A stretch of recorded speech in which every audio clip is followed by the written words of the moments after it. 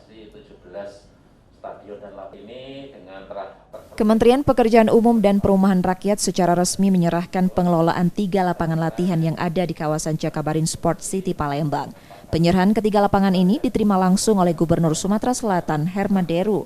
3 lapangan yang diserahkan oleh Kemen PUPR ini ialah lapangan latihan Stadion Atletik Dalam, lapangan baseball, serta lapangan panahan. Gubernur Sumsel Herman Deru memastikan tetap akan melakukan pengelolaan ketiga lapangan latihan ini dengan optimal. Pasca dilakukan renovasi, ketiga lapangan ini sudah digunakan sebagai lapangan latihan klub Sriwijaya FC.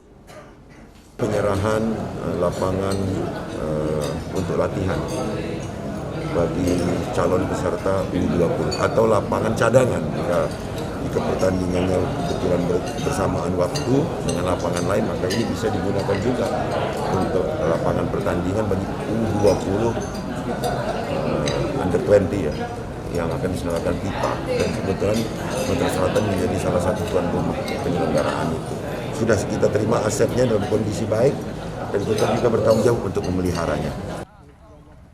Renovasi ketiga lapangan latihan yang akan digunakan pada ajang Piala Dunia U20 nanti menelan biaya hingga 41,3 miliar rupiah. Nur Muhammad, Kompas TV, Palembang, Sumatera Selatan.